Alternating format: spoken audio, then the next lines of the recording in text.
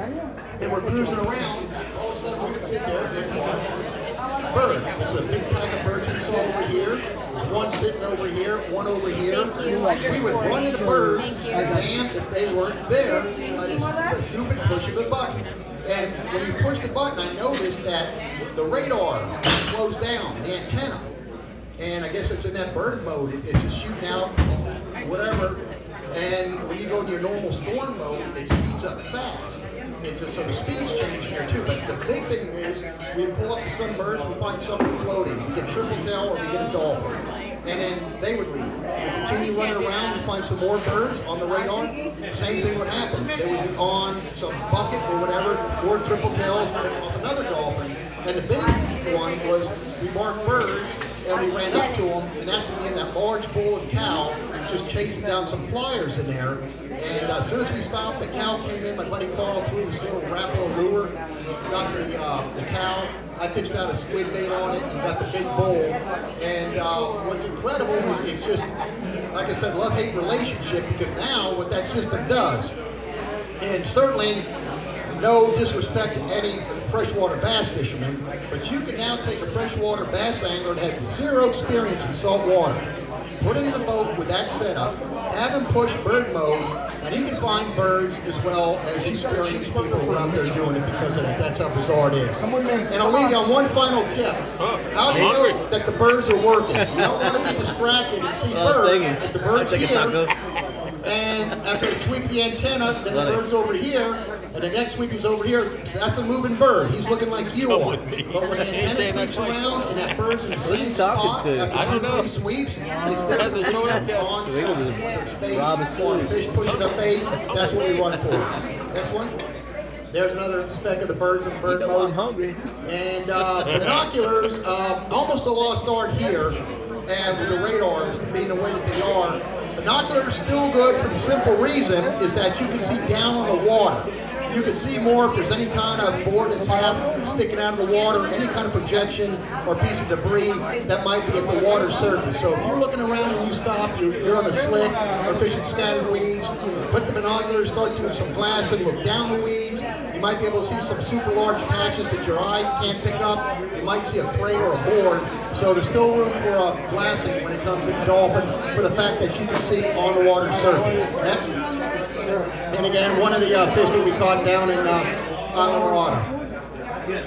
Here's some dolphin debris canyon here. Everyone loves to go out and find debris. And again, here's what you're looking for. Debris is great, and you want to find the bait fish under here. That's one of the keys in locating any kind of structure. And I remember anybody who really grew up in Miami, remember what the old timers used to say, go out with newspaper, lay it down, and then run back out, you'll find dolphin. That's an old tale. The longer something's out there, the more growth it has, the more life it sustains, the better off it's going to be. And I've said this before too, I had this ingenious idea, but my buddy Harry Vernon shot this down. I said, wouldn't it be great for like a National Geographic bankroll, something like this? You get a crate, or you get a big tree, and you put 4 cameras on it, 2 underwater, 2 up on the top, and you put a satellite tag that you can trace this, go 50 miles out of Key West and dump it off, and monitor the whole rate of this floating piece of debris as it collects life. They'll tell you about the ocean circulation features, where it ends up, but you can see the people when it comes close to shore running up to it. There's fish there, they're bailing fish. The underwater cams will show you where the fish are at as it pulls away up in North Florida. It's 80 miles off, no boats, but you'll see fish. It's remarkable, the life cycle of a board like that, if you could actually do that.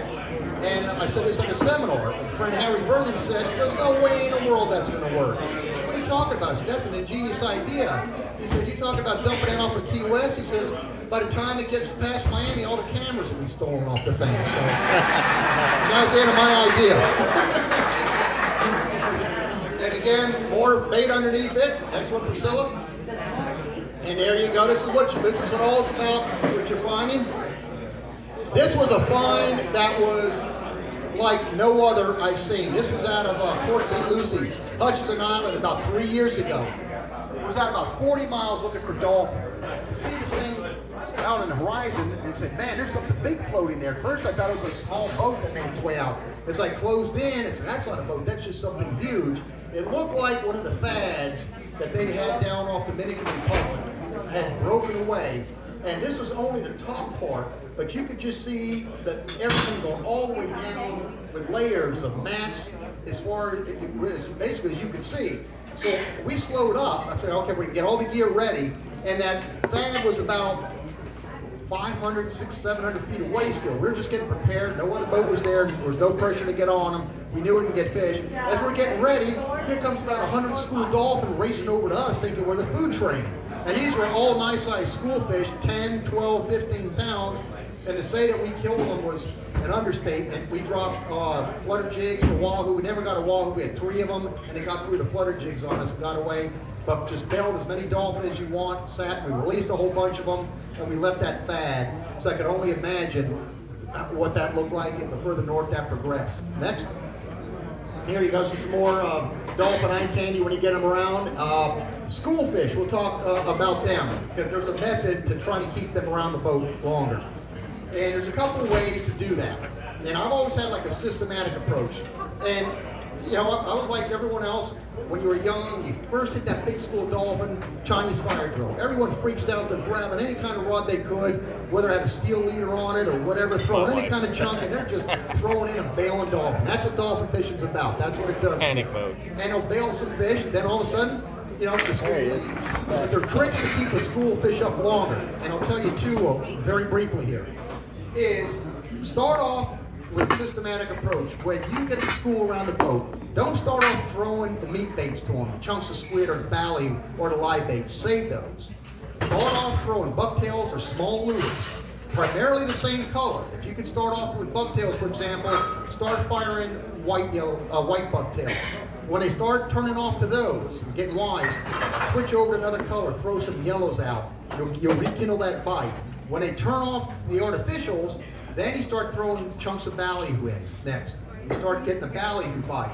When they really become wise to that, then if you've got live baits, then you throw your pilchards in, or if you sabiki rig in advance around the weed lines, those small banded rudderfish and those little jacks, put those in your well.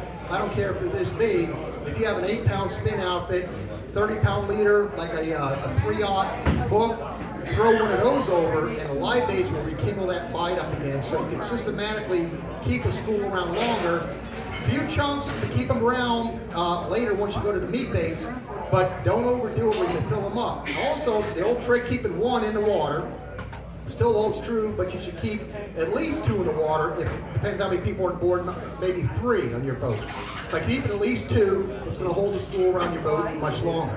Another trick is you get in a school of dolphins, and we've done this several times before. Williamson made this daisy chain. It's a mullet daisy chain with no hook. And we would run it close up off a teaser reel when we're general trolling.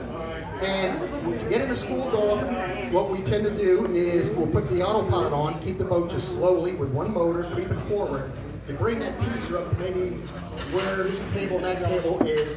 And you see the dolphin following the mullet like it's the Pied Piper. And they're all sitting back there whacking at it, there's no hooks. But the curiosity just keeps them going. Then you just throw back, hook one fish, you go to the other side of the boat, and then your buddy moves in, throws another fish, and you're always rotating fish. And one of you is always fighting the fish to keep the commotion going there too. But try those daisy chains and keep it going, and those fish will sit there and follow you. That's really good if you get these school dolphins that tend to move fast. Sometimes you get the school dolphin that like to stay with you. Other times they're fast moving, like sometimes you get in the Bahamas. So with those fast moving schools, you keep moving with them, they'll follow up on those teachers as well. Also, and I don't know if it's the next visual or what, but let's take a look. Next one. Artificials. This is a, like anything else, things advance in the artificial world. Used to be bucktails are great for dolphin, they still are. Problem with those 2 or 3 or 4 fish, the hair, the myona comes off, you got just a regular jig that's all beat up, so you got to either cut the jig, cut them up the leader. This is one that we've been throwing for the past year when they had come out. This is a new bait from Rapala. It's called the Twitching Mullet. It's part of their saltwater series. And we get a lot of prototypes before this stuff comes out in the market. And this is just hit the market. They make these primarily for soft tarpon and all. but I look at the size. What I like about these, they have extra strong single hooks and all different color patterns. So we'll tie some of these on to our spinners in the same color as those banded rudder backs. And when you get into school of dolphin, you could sit there and bail them like you would with a bucktail. The good thing about that, it's a hard bait. No mylar or nylon's going to come off of that. There's nothing replaced. They can't beat that thing up. It'll get scraped up and everything. You have the single hooks, which makes it a lot safer on you when you're putting dolphin in a boat. So this is an excellent bait to pitch at school dolphin because you can keep catching fish on them without having to take the time to switch and change and keep the bucktails going.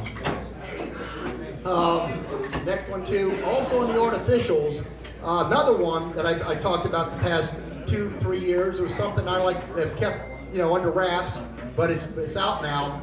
Another great dolphin artificial for the pitch and bait mode. When you're running the gun naturally, it goes without saying, you want to have some outfits rigged and ready to pitch a dolphin. 20-pound spin, 50-pound fluorocarbon leader, a J-style hook, maybe a 7/0 or 6/0 depending on the bait that you're using.